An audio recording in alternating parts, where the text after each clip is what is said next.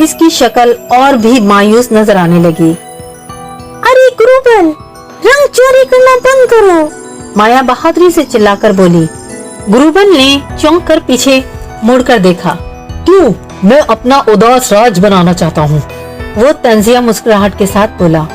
माया ने पलटकर जवाब दिया, क्योंकि रंग खुशी लाते हैं। इर्द गिर्द देखो, हर चीज मध्यम और बेजान हो चुकी है। गुरुबल एक लम्हे के लिए रुका और सोचने लगा, लेकिन मैं उदास हूँ। मैंने सोचा कि रंग ले जाने से मुझे अच्छा महसूस होगा।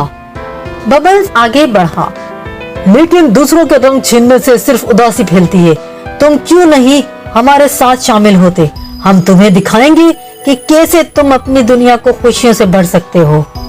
माया, डीजल और बबल्स ने एक साथ मिलकर एक नई पेंटिंग बनाई, ऐसी पेंटिंग जो गुरुबल के राज को रंगों से भर दे।